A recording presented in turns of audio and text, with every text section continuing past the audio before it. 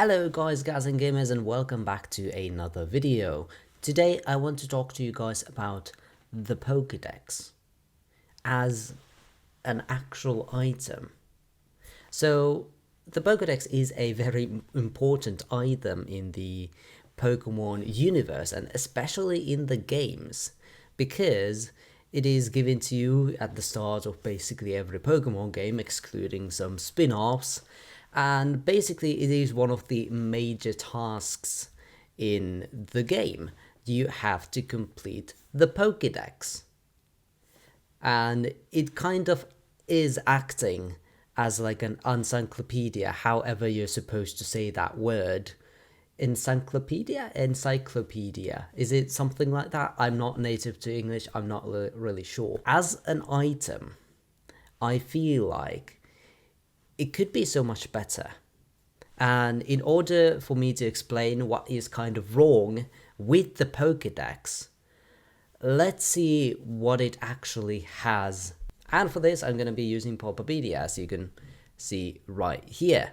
We have the interface from all Pokemon games. So let's take a moment to analyze what kind of features are in the Pokedex. We can see, first off, let's look at, there was a better picture. Oh, right, yeah, this one, okay. So let's first look at what is in here for us to analyze. So in the first generation games, red, blue, and yellow, you could see a picture of the Pokemon, the Pokedex number, height and weight, what kind of a typing it is, like the mouse Pokemon, not the elemental type, not yet, until I think generation 3, and then a short description. It keeps its tail raised to monitor its surroundings, then it would continue a bit. Moving on to generation 2, we got some new things. Updated picture, of course, but then also we have a small tiny footprint over here. The description says how many pages is it on right now, but the most important things are down below right here, where we have the description page, but then we also have the area where you can find the Pokemon, and the cry, also known as how does the Pokemon sound like. It's not the actual cry. Moving on to the third generation, we have Pikachu here again. This time showing a different Pokedex number. I think this is for the local Pokedex only, and not the international Pokedex, national Pokedex, I think they call it. So this is the local Hoenn Pokedex number for Pikachu. Again, showing height, weight, footprint there, and pretty much similar stuff here. The new thing added here is size, where you can kind of compare the size of the Pokemon to your trainer, for example, or something else. Now generation 4. Now here we have some major changes again. We finally see the typing here. In generation 3 we see it in in generation 3 Fire Red Leaf Green, we see the typing in the Pokemon list. And yeah, we'll analyze this in a bit. But yeah, now we finally see this in like the Pokemon screen. What type, elemental type, is this Pokemon actually? And that is very useful information you would want to know about the Pokemon. You can also see the usual area, cry, size, but new thing is forms. I think this included gender forms and like other forms that a Pokemon might have, like Giratina has the regular form and the origin form, for example. Basically it's the same thing for Platinum. Also here down below you can see languages. You can see the Pokemon's description in other languages as well, which was a new thing for this game, because there was like you could trade via the Wi-Fi internationally, which was cool. And here you can see we're going through more and more of the games. I don't think there's nothing that new. In ORAS, they also say how many times you've encountered this Pokemon, which can be somewhat useful information. But other than that, there's nothing much. Now, I think one of the biggest changes we've had to the Pokedex, and my favorite Pokedex out of all of these, is the Pokemon Legends Arceus Pokedex. You can see right here. Now, it shows you whether you've caught the Pokemon or not, like usual, all of the different forms, gender forms, shiny forms, alpha forms, other different forms that you might have. But the cool new things are preferred foods, which is something you might see at like an actual animal encyclopedia site. That's how you say it. I don't know why I struggle with saying now I'm struggling to say it again, for fuck's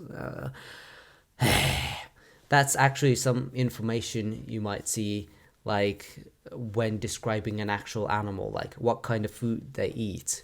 The funny thing here is that all Pokemon only eat vegetables. None of them eat meat, definitely no.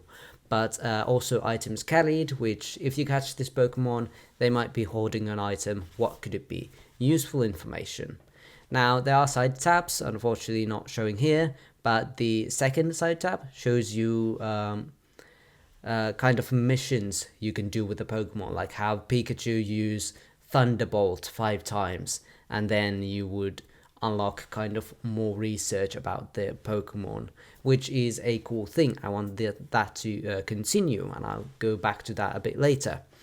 And then there is also the third side tab, which is just the habitat of it. And then Pokemon BDSP goes back by a lot just to how it was in Sword and Shield. No footprint here, no cool missions, just the basic Pokedex, which I felt like was a bit disappointing right here. But let's look at the other thing. Yes, here, the Pokemon list. Basically, in the first generation games, you could only see what Pokemon have you caught, which you haven't. Data cry area, you could see them that way, and how many Pokemon you have seen and how many of them have you caught.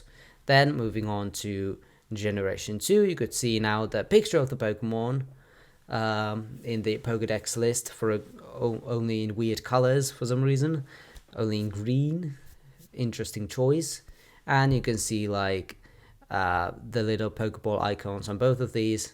If you have caught it, if you have just seen it, it's just the name there.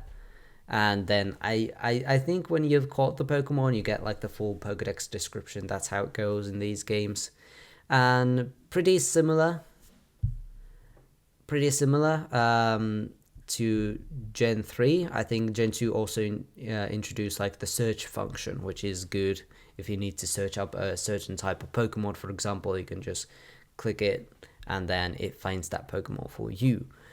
Better image quality in Generation 3, but otherwise pretty much the same. In Pokemon Diamond and Pearl, not much change. It looks a bit different here as well, but the bigger thing here is the Switch Pokedex sign, which is basically the Sinnoh Pokedex or the National Pokedex. Which one do you want to look up? X and Y looking very basic. Auras. Nice view of the whole Pokedex here, which is nice, appreciated. It's a bit weird how much space does the Pokedex text actually have here, but it's nice to have like the entire view of the Pokedex here. And in Auras also we had like Dex Nav, which would always show in the bottom screen which Pokemon are in this area when you are in there, which was a really nice feature.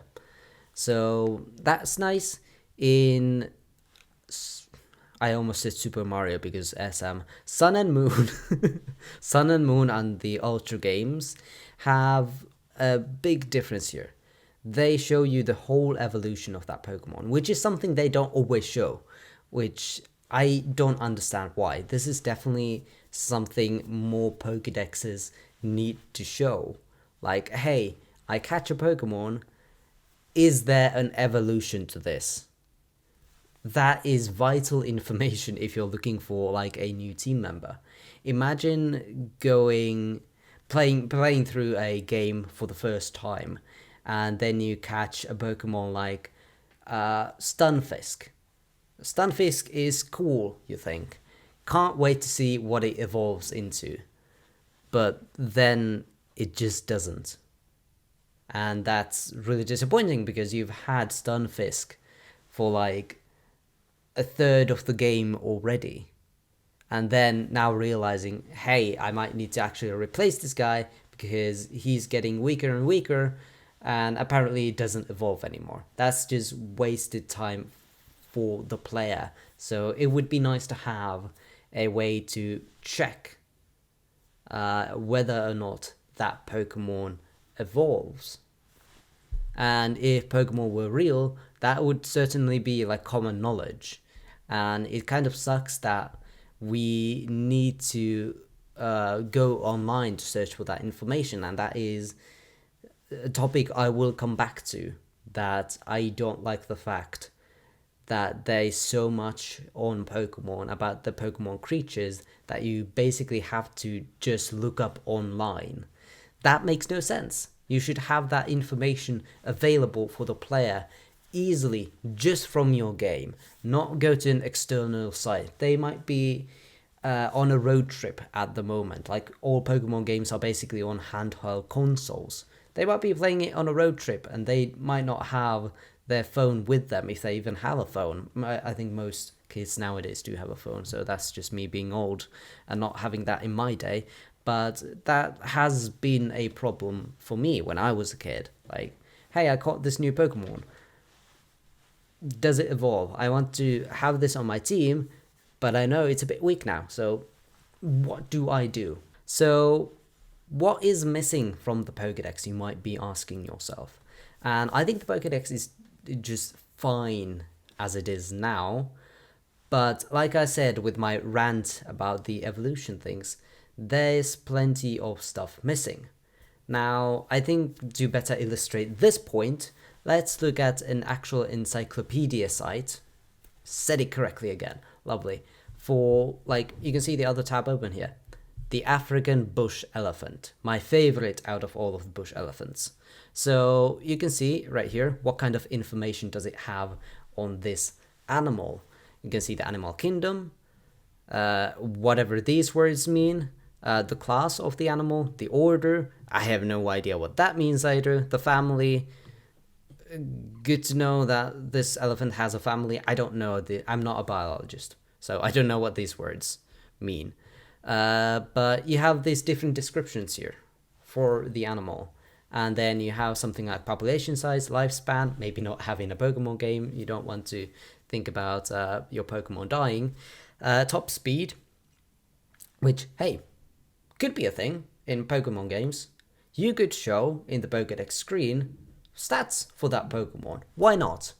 That's another thing that would be just brilliant to have in a Pokedex. Like, hey, I caught this Pokemon. I don't know much about them. Are they more of a special attacker or regular attacker?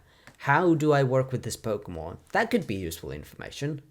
You catch a new Pokemon, like, who is this person? Are they really fast? Then you could like form better strategies for this Pokemon and understand how they work. And weight and height, which is already a thing in Pokemon, which, hey, cool, good for you.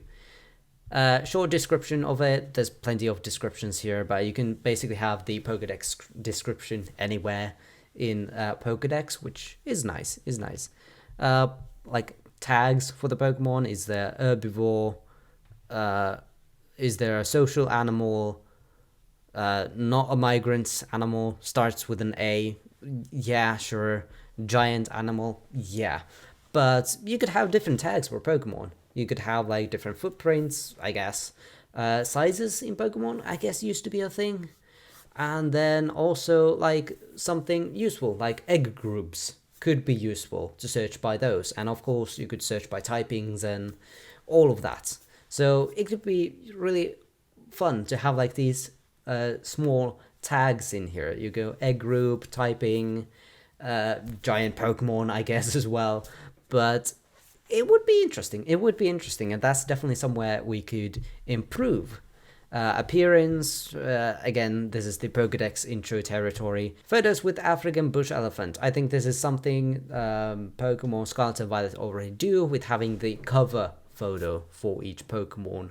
So, hey, why not add more? But maybe not this much. Distribution, basically where it is located. We already have this in a Pokedex. Biome, kind of the same thing when it comes to Pokemon. Habits, lifestyle, blah blah blah. Don't need to do that. Diet, nutrition, already in Legends Arceus, but I would welcome as a feature in other Pokemon games as well. Mating habits. Yeah, just mention the egg group. We don't need to go into the details of Pokemon mating. Maybe God of War, but that's it. Population, not really needed. Fun facts. Could be fun to have fun facts about a Pokemon, but I think this is just for the website. But yeah, that was basically what the actual encyclopedia said for an animal. So like I mentioned, one of the improvements I would like to see is just evolution information.